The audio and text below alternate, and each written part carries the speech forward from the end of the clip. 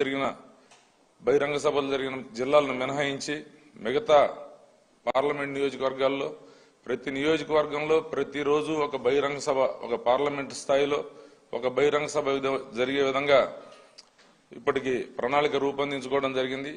ఈ నెల రోజులు కూడా ఈ సభలు జరిగినన్ని రోజులు జగన్మోహన్ రెడ్డి గారు ఇంటి దగ్గర బయలుదేరిన తర్వాత పూర్తిగా ప్రజల్లోనే మమేకమై ప్రజల్లోనే రోజు అక్కడే రాత్రి బస కూడా అక్కడే ఉంటుంది.